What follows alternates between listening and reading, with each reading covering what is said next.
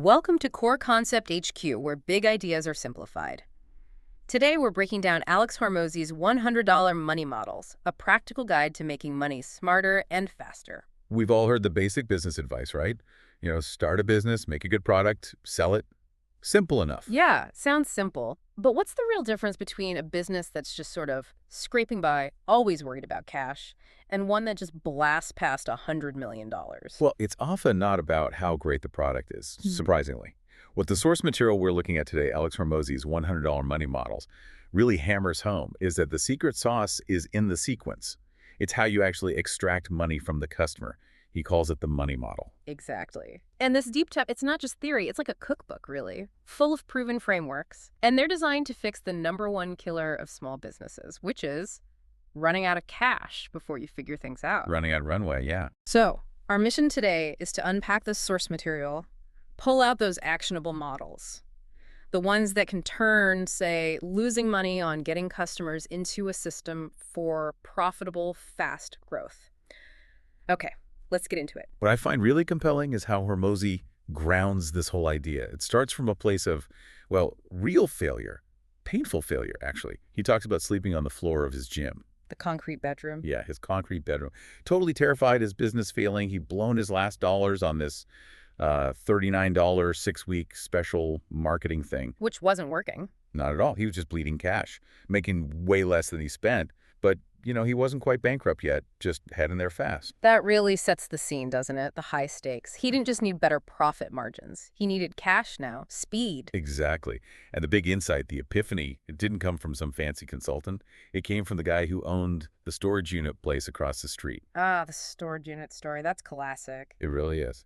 The owner asked Hormozi, hey, how much does giving away a free month of storage cost me? And Hormozi, thinking like most of us would, probably said, nothing, right? It's free. Yeah. But the owner just smiles and says, $127, sir. Boom. And that's where the money model idea really clicks. That free month, it's just the bait, the attraction offer. Its only job is to get someone in the door with their credit card.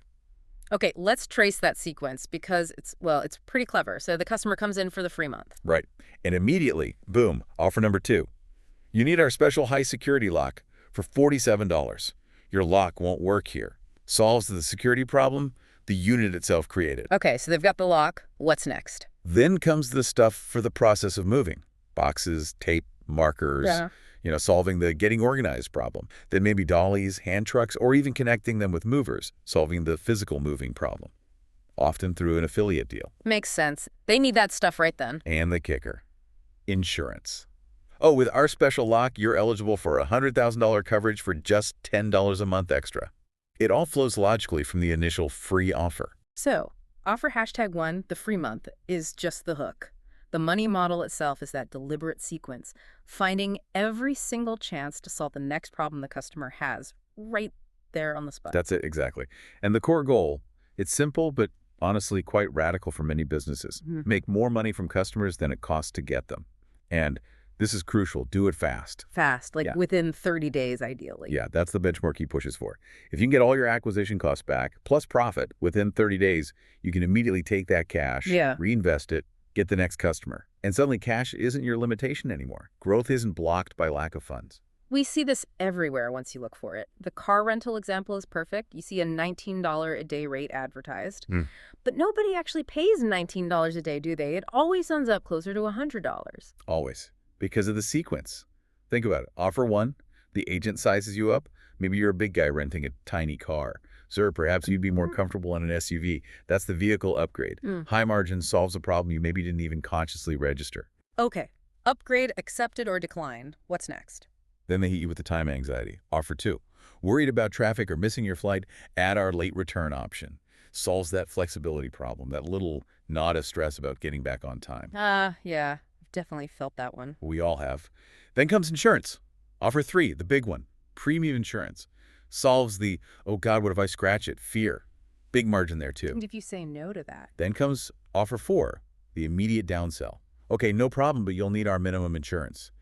They still capture some value, cover their bases. Right. They don't let you walk away with nothing. Never. And finally, offer 5, prepaid gas.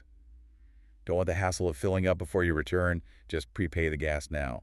It costs a bit more per gallon, but it solves that last-minute rush problem. People happily pay for convenience, especially when they're stressed. What strikes me is that you pay because these offers solve real problems or perceived problems that pop up because of the first decision you made renting the car.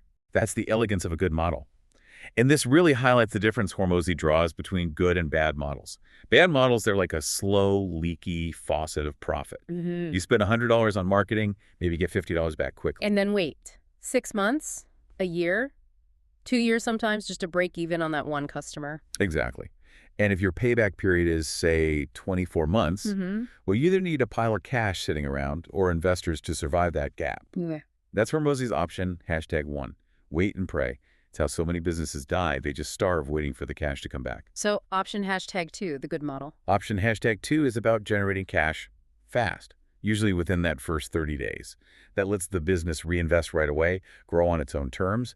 And Hormozi really emphasizes the velocity here, the speed. It's not just linear. Right, the multiplier effect. Yeah. It says doubling customer value, doubling acquisition speed, and doubling the number of customers doesn't just like 6x your growth. No, it's way more powerful. If you triple all three, the growth isn't 9x, it's 27x. Yeah, Because it compounds. Can we just pause on that velocity idea for a second? Because it feels like the core engine here. If I'm bootstrapping, right, and I spend, say, $500 to get a customer, but it takes 6 months to earn that $500 back. With a $1,000 marketing budget, I can only really afford to get 2 customers a year, maybe. I'm stuck. You're absolutely stuck. Your growth is capped by how long it takes to get your money back. Yeah. But if you build a money model where you get that $500 back plus profit inside 30 days. Through those smart upsells and downsells. Exactly. Now, with that same initial $500, you can acquire a new customer every single month. And if you reinvest the profits, it starts to snowball. That 27x isn't just math. It's the power of compounding your investment capacity over shorter cycles. Cash flow drives growth, not outside money. Okay, so if velocity is the goal, we need the building blocks. The source material lays out 4 main types of offers, and it's combining these apparently that makes a business unstoppable. That's right. It's a system. Each offer type has a specific job to do at a different point in the customer's journey, and they're designed to maximize profit in different time frames. Right, let's break those down. Starting at the beginning, the front door. First up, attraction offers. Their sole purpose is turning strangers' eyeballs into actual customers. Think of it as the handshake, often free or like super cheap. It's all about getting leads efficiently. If you can't get people in the play reliably, none of the rest matters, right? Makes sense. Get them in first. What's number 2? Second, upsell offers. This is where you make your money back, and then some, ideally within that first 30 days, what Hormozi calls the hyper-buying cycle. Ah, when they're excited. Exactly. You offer the next logical solution immediately after they bought the first thing. This is how you recoup your ad spend fast and start generating actual profit you can reinvest. Okay, attraction, upsell. What's third? Third is downsell offers. Think of this as your safety net. What happens when someone says no to your main offer or the upsell? You don't just let them walk away. Downsells adjust the price or the terms or the features to turn that no into some kind of yes. It's about maximizing the value from every single lead you paid to get. Catching everything you can. Okay, and the last one. And finally, number 4, continuity offers. This is about the long game, securing predictable, recurring revenue. Think subscriptions, memberships, things that keep customers buying over time so you're not starting from zero every month. This builds up the lifetime value, the LTV, of each customer. So attraction, upsell, downsell, continuity. Yeah. And the order matters. Absolutely critical. Hormozi stresses this. Attraction has to be first. Fill the funnel. Then upsells and downsells maximize that crucial 30-day profit window. Get your cash back fast. Then continuity locks in the long-term value. You need to survive the short term to enjoy the long term. Solve the immediate cash problem first. All right, let's dive deeper into attraction offers. How do you actually turn those eyeballs into money without giving away the farm? The core idea seems pretty simple, right? People understand price. And free is the ultimate discount. Yeah, it cuts through the noise. And probably the most famous attraction offer strategy from the book is the win your money back model. He tells the story of this gym owner, Danny. Right. Danny was struggling with sales, wasn't he? Totally. Couldn't close deals. Then this one potential customer who really needed accountability basically designs the offer for him. He says, look, I'll pay you $500 up front for 8 weeks of training. If I hit my weight loss goal, you give me my money back. And Danny thought, well, okay, better than nothing. Pretty much. He figured the guy wouldn't buy otherwise. So he agrees. And guess what? The guy actually does it. hits his Yeah. goal, and then uses the $500 he won back to buy more training from Danny. Ah, that's brilliant. That was the light bulb moment for what became the Gym Launch Grand Slam. The mechanism is genius. Customers pay up front, they're betting on themselves to achieve something specific, lose X pounds, attend every session, whatever. If they do it, they get the money back, but, and this is the key, only as store credit. Ah, the store credit, that's the hook for the next step, isn't it? It's the perfect upsell hook. The big realization, the aha, is that you don't actually make most of your money from the people who fail the challenge. You make it from the ones who succeed. They feel amazing, they're proud, they've got results, and they immediately roll that credit into a longer, more expensive membership or program. So the winners become your best, stickiest, long-term customers, and probably great testimonials too. Exactly. And Hormozi gives practical tips. Make the criteria easy to track, focus on results. Yeah. But here's the strategic part. Things like mandatory nutrition meetings or progress check-ins. They're not just for accountability. They're sales opportunities. They are built-in opportunities to make more offers. Upsell supplements, advanced coaching, the next level commitment. Every required touch point is a chance to sequence the next offer. Okay, that makes a lot of sense. So win your money back is great for people motivated by a challenge. What about attracting folks who just want a good deal or maybe aren't sure yet? That leads to the decoy offer, right? Right, the decoy offer strategy, this is all about using contrast to make your main, more profitable offer look like the absolute no-brainer, the clear solution. The Tanning Pass story explains this well. John's $5 VIP tanning pass for 5 days. Sounds like an amazing deal. Irresistible deal, yeah. So customers flood in for the $5 pass. But once they're inside, the staff hits them with what Hormozi calls the turkey talk. The turkey talk. Yeah, basically explaining reality.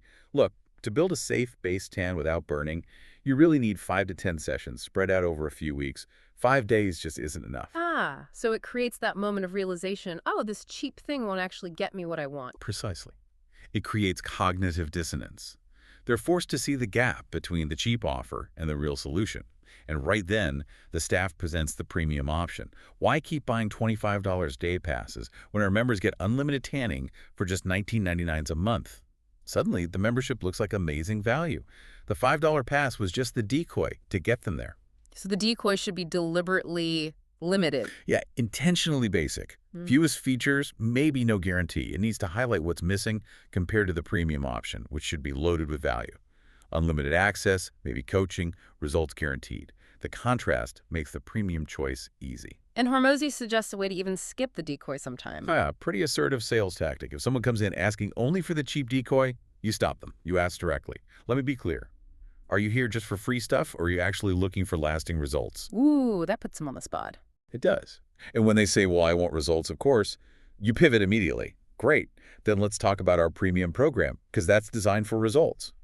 You use their own stated desire to justify bypassing the cheap option. That's some clever psychological framing. We should also probably quickly mention the buy X, get Y free thing, like the boot example. Oh, yeah, the boot Right. factory in Nashville. Pure reframing. They weren't really giving boots away. They just priced one boot at $600. And then offered, buy 1 pair, get 2 pairs free. Exactly. So you paid $600, you got 3 pairs, basically $200 a pair. But framing it as getting 2 free pairs was a super powerful attraction offer, generated massive cash up front, let them expand like crazy. It's all about how you present the value. Okay, so the attraction offer got them in the door. Now the clock is ticking on that 30-day window. Mission critical. Maximize profit fast. This is where upsells come in. Yeah, the upsell imperative, as Hormozi calls it, it's absolutely non-negotiable for this model. Yeah. Like we touched on with the McDonald's burger analogy, the first offer, the burger itself, might make almost no profit. Right. If the burger costs $2 and $1.75 goes to cost, you've made a quarter. Barely worth it. But asking, do you want fries with that? That's the classic upsell. Suddenly the order value jumps. Maybe your profit goes from $25 to $1 to $50. Much better. But the real magic is the sequence, right? The supersize offer. That's the one.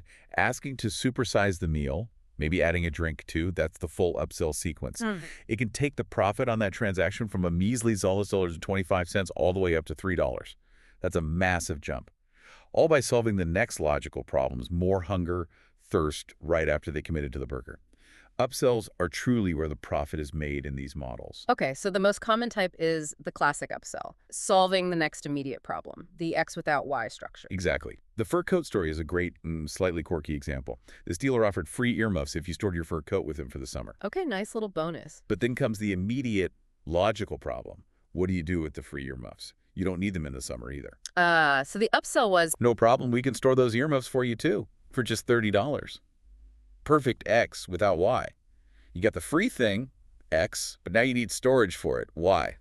yeah, and he used that line too, didn't he? You don't want to store anything else, do you? Yeah, that classic say no to say yes technique. It gently pressures people into considering other small related services they might not have thought of. It works because people enter this hyper-buying cycle right after a main purchase. Like when you buy a new bike, you immediately think about a helmet, lock, lights. Or planning a wedding. The dress is bought, then suddenly it's shoes, veil, accessories, alterations. Or a new house leads to furniture, paint, landscaping. You're most open to spending more right after you've made that big initial commitment. You're emotionally invested. Okay, that makes total sense. Capitalize on that excitement. But what if the first offer you made was actually too low for the customer's real budget? Yes. That's a common mistake, especially for service businesses. Making a small offer to someone ready to spend big, that's where the anchor upsell comes in. It's designed to reset their price expectations upwards, drastically. The suit shop story illustrates this perfectly. Hormozi walks in thinking maybe $500 for a suit. Right, typical budget. But the expert salesman doesn't show him a $500 suit. First, he pulls out this incredible high-end designer suit with the $16,000 price tag. $16,000. Yeah. Hormozi understandably has a minor heart attack. That's the gasp. That's the key moment. The salesman has just anchored Hormozi's perception of value way, way up. So then what happens? Then the salesman pivots. Okay, maybe that one's a bit much, but let me show you this one. And he brings out a really nice, high-quality suit for $2,200.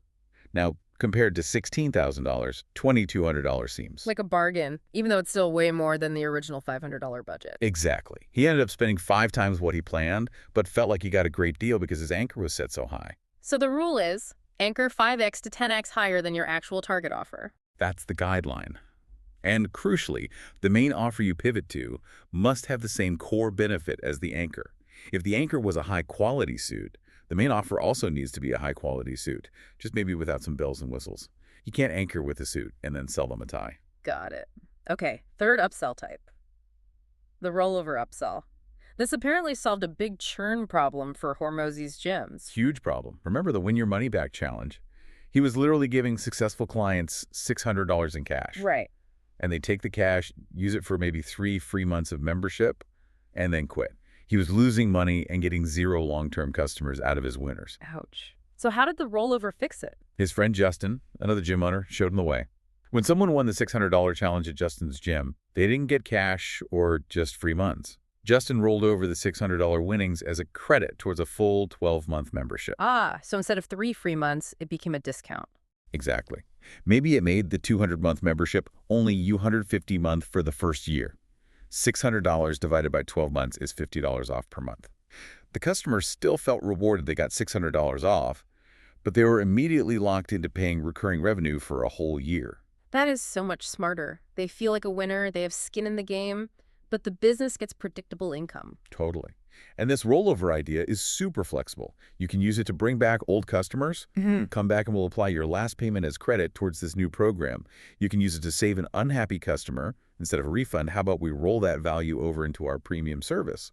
You could even use it to steal competitors' customers. Switch to us, and we'll cover the cancellation fee from your old provider by giving you credit. It's a powerful tool. Okay, attraction offers brought them in. Upsells maximize the immediate profit. But yeah, people are still going to say no sometimes. Yeah. To the main offer, to the upsell, that's where downsells become essential, right? The strategic safety net. Absolutely. And the mindset here is key. Hormozi is very clear. When a customer says no, they said no to that specific offer at that price with those features right now. Yeah. They didn't necessarily say no to solving their problem entirely. So it's not personal. It's about the offer itself. Exactly. And the cardinal rule of downselling is it's always a trade. You don't just drop the price because they push back. If you lower the price, you have to change something else, either how they pay or what they get. Right. So let's talk about changing how they pay. The most common objection is, I can't afford it. Which, as Hormozi points out, rarely means I have literally $0. It usually means I can't afford that entire amount right now upfront. Understanding that distinction is huge. And that led to the 7-step payment plan downsell process. It sounds quite structured. It is. And it needs to be followed systematically to maximize conversions while minimizing risk. You always start by incentivizing paying in full, maybe offer a discount. That sets the anchor price higher for the payment plans. Smart. Make paying upfront the best deal. Then, if they still can't do upfront, you move down the ladder. Step 1. Offer third-party financing if available. Low risk for you. Step 2. Offer maybe half now, half in 30 or 60 days. Step 3. Offer a smaller down payment, split the rest into 3 payments. Step 4. Split into 4 payments. You're gradually lowering the barrier to entry. Trying to find their comfort zone while still getting as much cash up front as possible. Exactly. But somewhere around step 4, before you go much further, you need that critical check-in. You have to ask point blank, okay, on a scale of 1 to 10, how badly do you still want this outcome? Why that question then? Because if they say 7 or less, they're probably not committed enough for a payment plan. You're wasting your time. At that point, you pivot to a completely different, cheaper offer, a feature downsell, which we'll get to. But if they say 8, 9, or 10... They really want it. They just need the right terms. Exactly. So you keep going down the payment steps, maybe even to a small setup fee, and then monthly payments, potentially ending with a free trial as the absolute last resort, but only if they commit to taking the next action. And what's this seesaw downselling technique? That's a clever tactic within the payment plan negotiation. You basically play with the down payment and the monthly payment amount. You ask what monthly payment would feel comfortable for you. Let's say they say $100 a month. You calculate what down payment is needed to hit that. Maybe it's $500 down. If they balk at $500 down, you say, okay, what if you put $300 down? Then the monthly would be $150. You seesaw it back and forth, showing them how a bigger down payment lowers the monthly fee, incentivizing them to put more down today. Finding that sweet spot where the upfront and recurring payments work for them. Clever. Okay, another type of downsell that sounds a bit intense is the trial with penalty. Alex Hormozi's HR software story. Yeah, that one raises eyebrows sometimes. The offer was basically, get a free trial of our powerful HR software. Sounds great, but there was mandatory training if you skipped the training sessions. You had to pay the full $500 setup fee, even though the trial was free. Correct. It seems counterintuitive, right? Why add friction to a free trial? Yeah, wouldn't that scare people off? You'd think so. But the justification, the why behind it, is about ensuring customer success. The penalty isn't there just to grab cash. It's there to force the customer to actually do the things, like attend training, use the key features, that will get them results with the software. Because if they get results, they'll stick around and become happy, paying customers long term. That's the real goal. The penalty ensures they have skin in the game and are more likely to engage properly. If they don't engage, well, the penalty covers the company's onboarding costs. So the sales approach is pretty direct. Yeah. Get the credit card up front for the free trial, then explain the terms and the potential penalty. Yeah, often framed as, oh, this just ensures you stay on track, or it's how we make sure everyone gets the most value. It secures commitment before resistance fully kicks in. Okay, so we've covered changing how they pay. The other main downsell is changing what they get, feature downsells. Right. This means lowering the price, but only by removing or reducing something tangible. Less quantity, fewer sessions, smaller size, lower quality, different materials, less support, or removing entire components or features. And the example of the guy who tripled his close rate by removing his money-back guarantee. That seems backwards. It does, but here's how it worked. He offered 2 versions. Option A, full price, full money-back guarantee. Option B, significantly lower price, but no guarantee. So the choice highlighted the value of the guarantee. Instantly. People saw the lower price, were tempted, but then thought, wait, am I willing to give up that safety net? The perceived value of the guarantee shot up. Many people actually talked themselves back up to the full price offer because they realized the peace of mind was worth the extra money. That's fascinating, using the downsell to reinforce the value of the main offer. Exactly. Yeah. Other examples are pretty straightforward. Downselling a done-for-you service to a do-it-yourself course or toolkit. Like, a chiropractor might downsell from adjustments to selling you stretches and tools to use at home, or offering the standard version instead of the premium version. You're just finding the right mix of features and price for that specific customer, keeping them in your ecosystem instead of losing them completely. All right, we've got them in.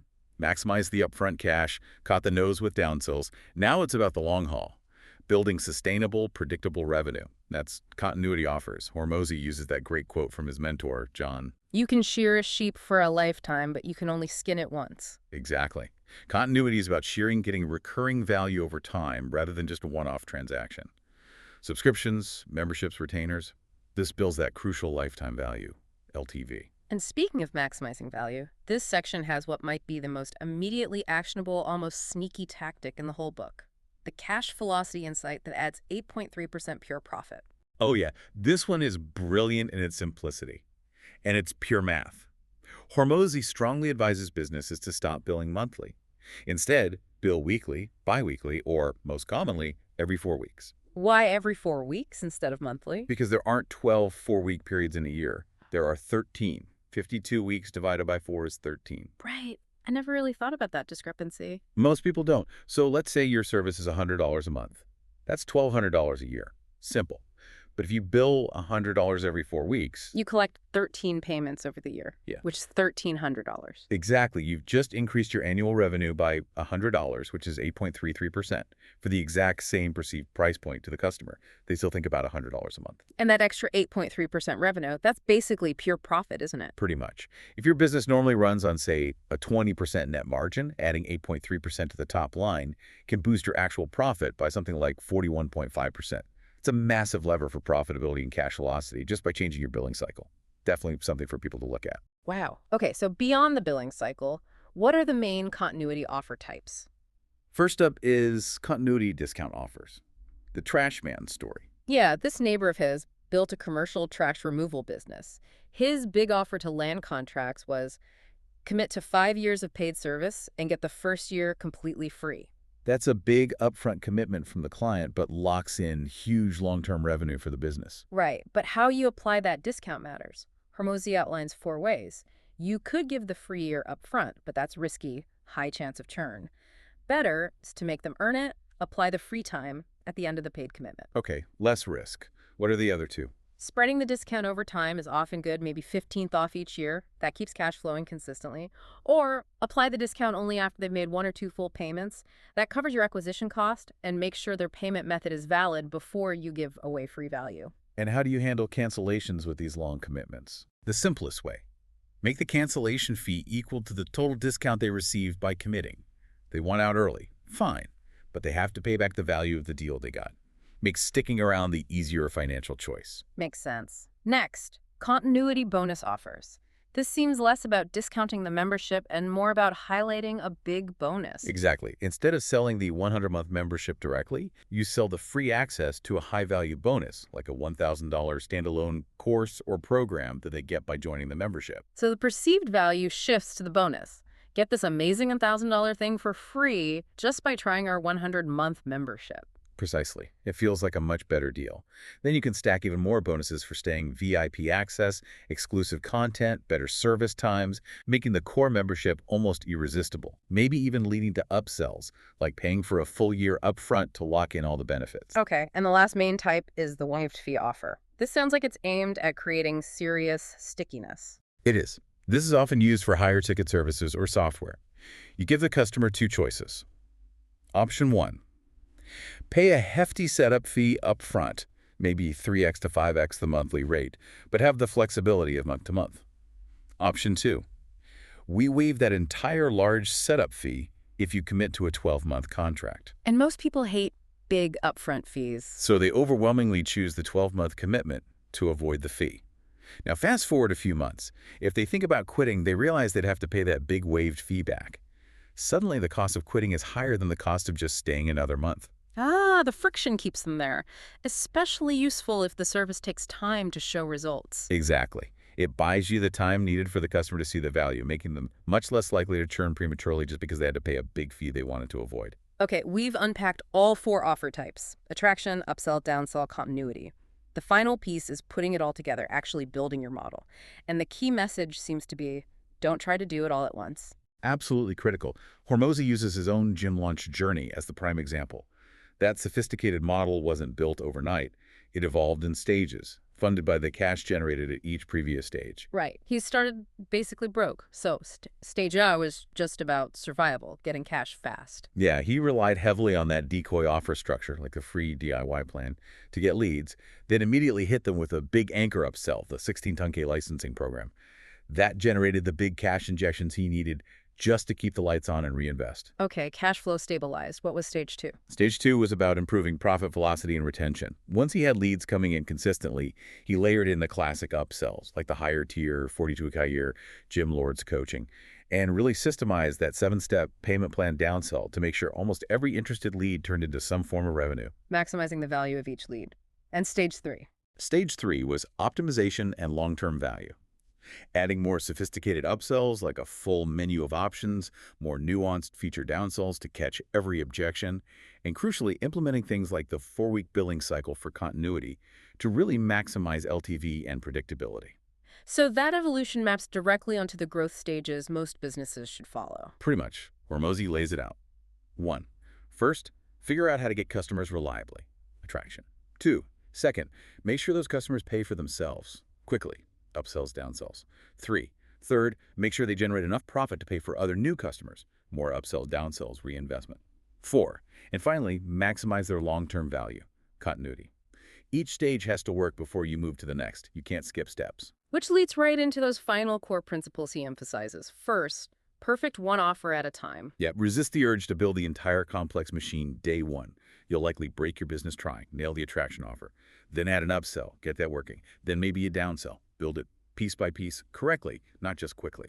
Second principle, simple scales, fancy fails. This is huge. It's not about having 100 different products. It's about finding 100 different ways to offer your core product or service. Using price, terms, features, guarantees, all the variables from the upsell-downsell playbook to create variations that appeal to different segments, all stemming from one core value proposition. Complexity kills growth. And third, use affiliate fillers as shortcuts. Right.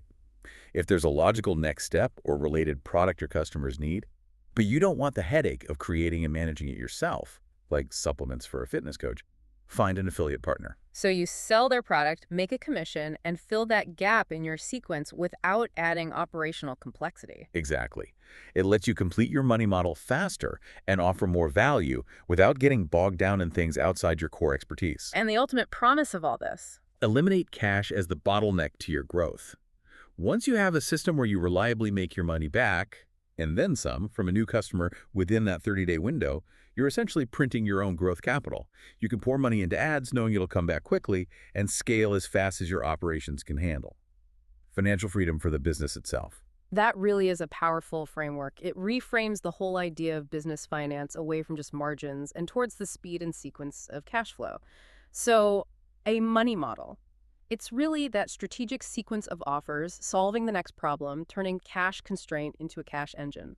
That sums it up perfectly. And the key takeaways are really stark. Get your cash back, fast velocity matters more than total profit early on, and treat every no not as a failure, but as an opening for a tailored downsell or maybe even a clever rollover upsell. Don't let any interested customers slip away completely. So, for the final thought today, Hormozi emphasizes that none of this works without action. The value is purely in the execution. So the challenge to you, the listener, is this. Look at your own business or your idea. Where are you currently making just one single offer? Yeah, where could you be making a sequence of 3, 4, or 5 offers instead? Take some time today. Map out what your current money model actually looks like, even if it's simple. Then identify which type of offer, an upsell, a downsell, maybe tweaking your attraction offer or adding continuity, could you test first to start speeding up that cash cycle and breaking through your current growth bottleneck? Pick one, test it, learn, and iterate. As Hormozi says, don't quit. Success is the only revenge. Thanks for listening to Core Concept HQ, where we turn complex concepts into simple insights. Don't forget to subscribe for more book summaries that help you think smarter.